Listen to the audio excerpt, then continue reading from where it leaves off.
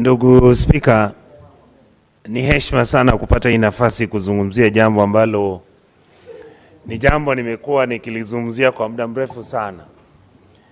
Na swala ambalo limeletwa hili jumba ni swala ambalo Mheshimiwa Boni Halwale rafiki yangu amelichambua sana. Ukweli ni kuwa hili jumba la Senate kazi yetu ni kuhakikisha kuwa sisi ni nyapara, watu ambao wamepewa jukumu na wananchi kuhakikisha kuwa hela za wananchi wa Kenya ambazo zinatakiwa zifanye kazi kwa mashinani zifanye. Kuhakikisha kuwa serikali kuu ikishachukua ushuru wetu tunagawa hizo pesa alafu zinaenda kule mashinani. Lakini vile ndugu yangu Halwala imesema, ndugu Spika, ukitembea Kenya mzima kwa maeneo gatuzi 47 yote kuna miradi haijafanyika, fedha zinafujwa.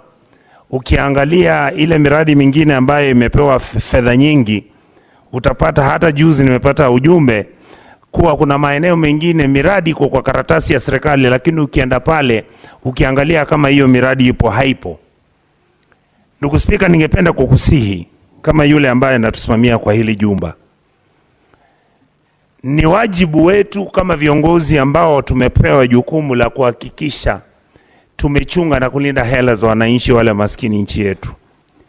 Tuondoke hapa Nairobi, tuende tukatembee mashinani ndugu zanguni. Hata kikao cha Senate ambao tunafanyia hapa, wakati huu teknolojia inatukubali, ndugu Boni, tuende kule Kakamega, tuketi kwa jumba la County Assembly, tuzungumzia maneno ambao ni yetu kama Senate, lakini tutembee mashinani tuone vile wananchi wa Kakamega pesa zao zinatumika. Tumetembea Garissa, tumeenda Wajir, na ndugu zangu hapa tumeenda mpaka Kisii, tumeenda Marsabit. Tukifika pale unaona ndio sasa magavana wanaanza kujishughulisha, wengine wanaanza kutuzungumzia, wengine wanasema haya mambo tutayafanya. Ningependa kusii wale ambao mko hapa kwa hili jumba, hakikisha kuwa kama tunatembea na tumeenda haswa kwa jimbo fulani, tuseme kama hivi juzi tulikuwa kule Machakos, tuhakikishe isizidi zaidi ya mwezi mmoja tuwe tunaenda kuona kule yale ambao tulikubaliana na gavana na maofisa wa kaunti yake yametendeka na yamefanyika. Lazima tuhakikishe kama viongozi. Mimi nawasihi tena la pili, tujiondoe hapa Nairobi ndugu zanguni, tutembee mashinani ili tujaribu kusaidia viongozi wengine na tujaribu kusaidia wananchi.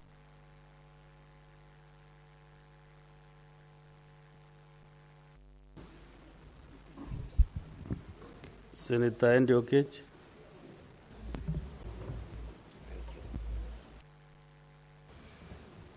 Mr. Speaker, I want to comment on the statement by Senator Cherargei. Mr. Speaker, the person we are talking about here is a man who lived by faith. A man, Mr. Speaker, that if you had the opportunity to grow up in a Sunday school or in a madrasa, you would know that when our kids go to these places of worship and a man of God steps in, it's like life has just arrived, Mr. Speaker. It's painful, Mr. Speaker, that even at times of war or at times of violence that we experience in this country, Mr. Speaker, for instance, in 2007, Mr. Speaker, the places of worship is the places our children and ourselves run to get refuge. And yet today, Mr. Speaker, we are in a country where men of God can be killed without any recourse to them, Mr. Speaker. We've just seen a member of the National Assembly the other day, Mr. Speaker, faking his own abduction. And yet he was in a room with some MCA or some random person, Mr. Speaker, and within 5 minutes, the instruments of power in this country, the internal security, the instrument of DCI, were able to close that file by investigating it in the shortest time possible, Mr. Speaker. Why would a reverend, Father Bet, die and days, weeks, months are going to be counted without investigation being concluded, Mr. Speaker? Where are the people, Mr. Speaker, who we trust with security in this country? Where is the CS in charge of internal security, Mr. Speaker, in this country? It is making this government look bad, because if you have got a CS like CS Burkomen, Mr. Speaker, this is a place where we should have had heads rolling. And Mr. Speaker, it's actually surprising that this is happening in Elgeyo Marakwet, where the CS is coming from, Mr. Speaker. This is something that we cannot tolerate, Mr. Speaker, and I think that this House should not just stop at a point of making it a statement to be committed to a committee, Mr. Speaker. This should be something that we form a team from the Senate to do a proper inquiry of why is it that men of God, whether from the Muslim faith or whether from the Christian faith, whether from the Baha'i faith, whether from the Jews faith, why is it that they're being targeted, Mr. Speaker? Can't we form a proper team from the Senate, a committee to do a proper inquiry and make sure that there's justice? We cannot allow, Mr. Speaker, our institution of faith to start being targeted. We will collapse as a country, because these are the places that we run to when the country is confused. These are the places that we run to when there is violence in the country. These are the No, that's enough. Senator Mariam Sheikh.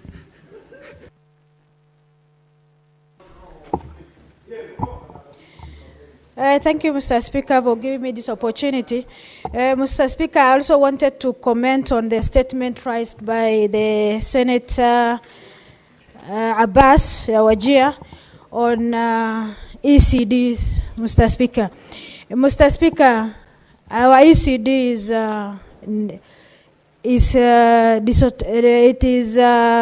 mess.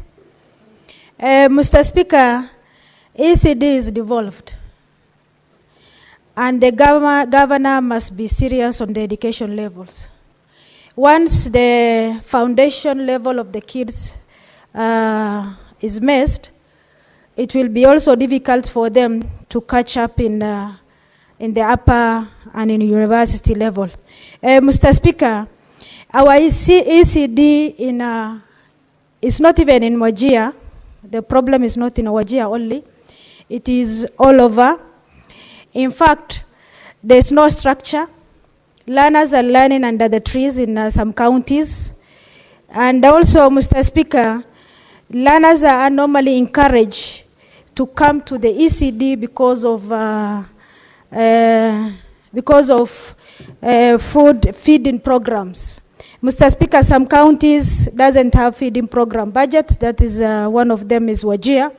These encourage that pastoralists normally, most of the kids are encouraged when there is the feeding program is there.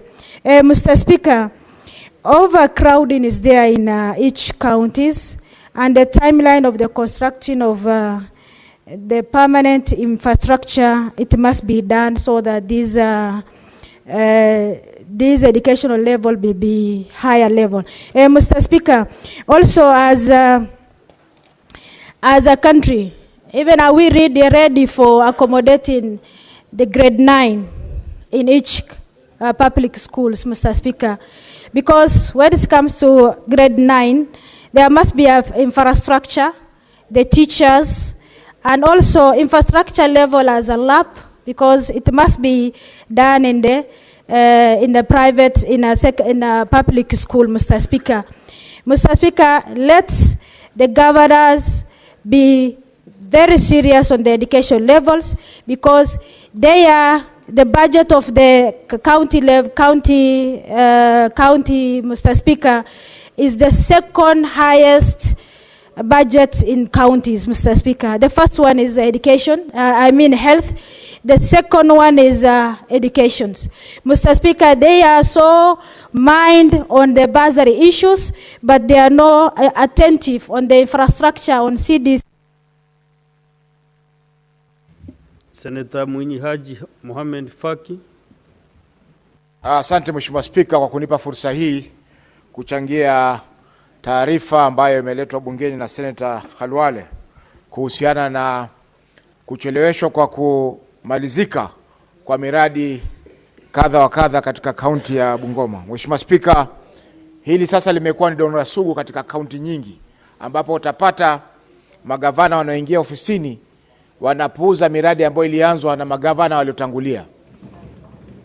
Kwa mfano, Mheshimiwa Spika, kule kwetu Mombasa kuna miradi kadha wa kadha mingine ya ECD ambayo hivi majuzi tuliizuru tukiwa na mwenyekiti wa kamati ya elimu ya bunge hili. Tulizuru ECD ya Kengeleni, Mheshimiwa Spika, ambayo ilianzwa kutoka mwaka 2016. Tukazuru ECD ya Chaani, pia ilianzwa mwaka huo wa 2016, na nyingine nyingi Mheshimiwa Spika, ambazo zote zimekwama, na hivi sasa wananchi wanalalamika kwamba hakuna huduma zinazotolewa katika majengo hayo, wakati wale wanakandarasi pia wanaendelea kupata shida kuweza kulipwa pesa zao kwa sababu miradi haijafanyika. Mheshimiwa Spika, tuliona pia katika maeneo ya Likoni, Shonda, kuna hospitali ambayo ilianzishwa na ikakamilika kabisa, lakini mpaka sasa Mheshimiwa Spika haijafanya chochote, wakati wananchi wanapata shida maeneo ya Likoni kupata huduma za afya kwa sababu zahanati na hospitali zilizoko pale hazitoshi. Lakini tuna hospitali mpya ambayo haijakamilika, Mheshimiwa Spika, ambayo ingeweza kutoa huduma muhimu kwa wananchi wa sehemu zile katika maeneo ya Likoni. Kwa hiyo Mheshimiwa Spika, ningesema kwamba hii kamati ya ugatuzi, yani devolution, isikomee Kakamega, ivae njuga na itembelee kaunti zote ili kuweza kuzuru miradi ambayo imekwama, ambayo fedha nyingi Mheshimiwa Spika zimeweza kuingizwa katika miradi ile, wakati hakuna chochote kimeweza kupatikana kwa muda wote huu. Asante sana Mheshimiwa Spika. Senator Chelege Samson.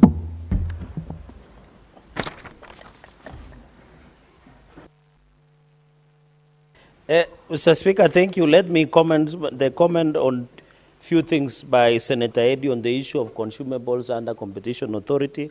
I did raise the issue. Mr. Speaker, are you aware these dairy farmers, there is unfair competition? And I did raise this matter on competition authority of Kenya, that they must do a lot, Mr. Speaker, because the market sharing and even unfair practices within trade is what I was pointing, and I hope, and I want to request Senator Eddy through the committee you referred, Speaker, the ABSA Bank and all other banks, including M-Pesa, must be someone, because we are aware, even in Inua Jamii, where the old men go and take their 2,000 shillings per month, there is no clarity on who the beneficiaries are or the costing of such transaction. So I hope the ABSA Bank, the M-Pesa Foundation, and other banks that are being used to pay, Mr. Speaker, must, and I hope the Association of Bankers and under the Banking Act, the ABSA Bank officials must be prosecuted for that violation of the law. Number two, and finally, Mr. Speaker, on this issue of stalled projects, it is very sad. Because, for example, in Nandi, Kabiyet, Nandi Creameries are stalled, Kobujoy Hospital are stalled, Chepterwai Hospital are stalled, newborn unit, mother and baby, Kapsabet Hospital is stalled, Kobujoy Hospital is stalled, Kapkeringon ECD is stalled, Kabikwen ECD is not even there, VTC Sigilai, Cheptarit, Mr. Speaker, and others are stalled, Mr. Speaker. Even roads, I cannot name vocational training centers, I cannot even, all ECD centers are dysfunctional, Mr. Speaker. A number of projects, and I want to request the following as a progress. Mr. Speaker, is it possible as a house, especially on stalled projects in Nyamira, in Migori, in Kericho, in Kakamega, in Taita Taveta, where you find they have a pending bill of over 1.5 billion, yes, it is a small county like Taita Taveta. Is it possible as a house to form a select committee to audit stalled projects, or allow the County Public Accounts Committee jointly with the Finance and Budget to look at the stalled projects, including Meru County, Mr. Speaker? That is only the time we'll get value for money. I remember Oparanya tried to build an hospital, Kakamega County Referral Hospital, worth 6 billion. In 10 years, it could not succeed. The national government was supposed to pick it up, Mr. Speaker. Is there a possibility of doing an audit of stalled projects, especially by county government? And I hope the majority leader, who sits in Senate Business Committee, can provide us with a way forward on how we can handle stalled projects in Bomet County, Mr. Speaker, for example, or even in Embu County, Mr. Speaker. So on this, even Kidundu Stadium in Vihiga, where Vihiga Queens, Mr. Speaker, Vihiga Queens, who are known, Mr. Speaker, are training. It must be looked into. I support. Senator Mogeni Elek Okongo.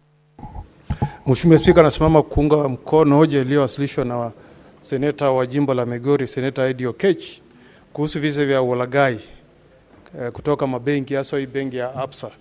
Mheshimiwa Spika, mimi nashangaa sana kwamba kama taifa tunapatia leseni benki waje wafanye biashara kulinda pesa ya wananchi wa taifa la Kenya, lakini wanarudi kuwalaghai na kuwanyang'anya pesa. Itakuwaje Mheshimiwa Spika, mama kama huyu ambaye alikuwa amestaafu, pesa yake itoke kwa benki milioni 2.4, na inasemekana kwamba wale ambao wamehusika ni maafisa wa benki ya ABSA. Mheshimiwa Spika, mimi ningeomba sisi kama nyumba ambayo inawakilisha wananchi wa taifa la Kenya, tuite huyu mkurugenzi aje hapa atueleze hivi visa ambavyo tumeanza kushuhudia, kwamba mtu akienda kwenye benki akitoa pesa, wale maafisa wanaofanya kwenye benki ndio wanapigia simu wakora. Juzi nimeona katika mkoa wa Magharibi, Mheshimiwa Spika, mtu ambaye alikuwa ni askari ameenda kwenye benki, ametoa pesa kwenda kulipa watu ambao wamefanyia kazi. Akitoka hivi watu wenye benki wanapiga simu na yeye anapata wakora njiani kabla afike kula naenda. Hatuwezi kubali Mheshimiwa Spika, wale ambao tumepewa jukumu la kutulindia pesa yetu warudi kwamba hao ndio walaghai wanatunyang'anya. Mheshimiwa Spika, mimi ningetaka nione sura ya huyu mkurugenzi mkuu wa hii benki. Mheshimiwa Spika, atasimamia haje pesa na yeye arudi kusema kwamba yeye ndiye atakuwa mstari wa mbele kuhakikisha kwamba wafanyikazi wale wamewaajiri pale ni wakora. Tungejua yule ambaye alisababisha huyu mama Violet Akoth Nyatol kunyang'anywa pesa, bado yeye ni afisa bado kwenye ile benki ya ABSA mpaka tunazungumza leo, kwa sababu kama yuko pale tunasema mwingine atanyang'anywa kesho. Kwani sisi tutakuwa ni nyumba ambayo tunapata visa vinahusu wa Kenya, tuwazungumza na hakuna hatua inachukuliwa. Mheshimiwa Spika, tumuite mkuu wa kitengo cha DCI aje hapa atueleze haya mambo tumesoma, kwa sababu mimi niko na ripoti nyingi sana nimesoma kwenye magazeti, watu ambao wakitoka kwenye benki wakiwa wametoa pesa, wale maafisa wa benki wanapiga simu wananyang'anywa pesa. Hii idara ya DCI imefanya nini kuwatia mbaroni hao ambao wanahusika? Huyu mkuu wa hii benki, yeye amefanya nini kuwaondoa kwenye benki wale ambao wanahusika katika visa hivi? Mheshimiwa Spika, hatuwezi tukakubali kwamba wizi unafanywa kutoka ndani ya benki. Nchi itakuwa imeisha Mheshimiwa Spika. Kwa hivyo naomba ile kamati ambayo itaangalia mambo haya ichukulie ili jambo kwa njia ya muhimu sana. Tutafute suluhisho na wale ambao wanafanya kazi kwenye hizi benki wanahusika katika visa hivi wafutwe kazi. Mimi sitaki kuenda kwenye benki Mheshimiwa Spika, nikitoa pesa natoa, nikitoroka nikishangaa kama nitafika nyumbani. Naunga mkono hoja hii Mheshimiwa. Senator Veronica Duarte. Thank you, Honorable Speaker, for this opportunity. I want to support the statement by Senator Abbas Sheikh on the issue of the ECD centers in Wajir County. Honorable Speaker, the counties have been mandated to establish and set ECD centers across the 47 counties. One of the reasons why this statement is so crucial is because it is at the stage of ECD that children's cognitive attributes are developed, Honorable Speaker. And if you look at some of the ECDs that are being put up by counties, they are pathetic, Honorable Speaker. They cannot even help any of those minors who are attending those ECD centers to be able to develop the cognitive abilities they are supposed to have by the time they join the pre-primary stage of education. And while this right has been assured and resourced, such that the resources have been devolved to the counties, Honorable Speaker, they are doing a bad job. In fact, it is shocking that a county like Wajir, where children are very vulnerable, you will find that the governor